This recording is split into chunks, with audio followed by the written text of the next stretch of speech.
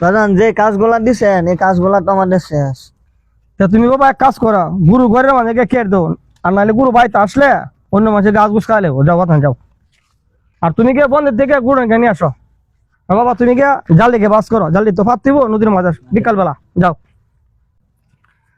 আমার ছেলেগুলাকে কাজ দেওয়ার সাথে সাথে কাজগুলো করে ফেলে আমার একটু পরীক্ষা করা দরকার।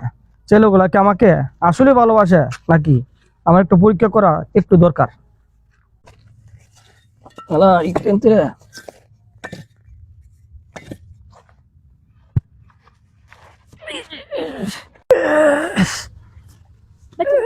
আপনার কিসে?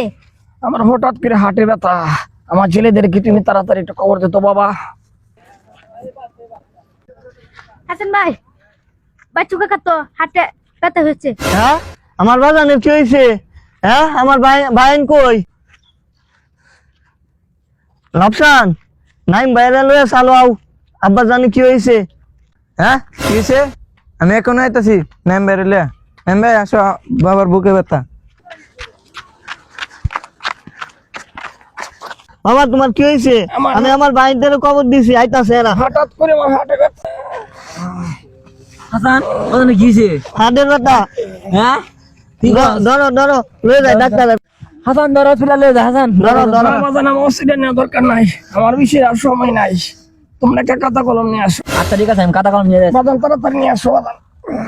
বাদান কাতারে নিয়ে আসি। ভালো কাম করছো বাজান। জি আমি যেভাবে কই ভাবে লেখো। জি বলেন। সেঙ্গারি শাহরুখ 2 লাখ, জি বলেন। বলের দিরে আপন 3 লাখ, জি বলেন।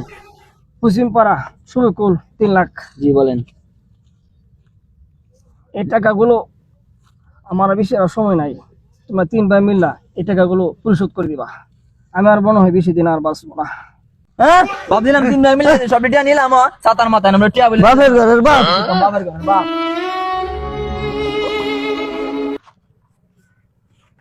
আমি যা ধারণা করেছিলাম মনে মনে তা হয় ঠিক।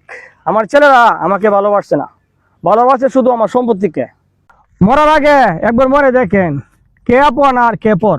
আমি বাড়ি যাই, বাড়ি গিয়ে দেখি আমার ছেলেরা আমি বুঝাইতাছি।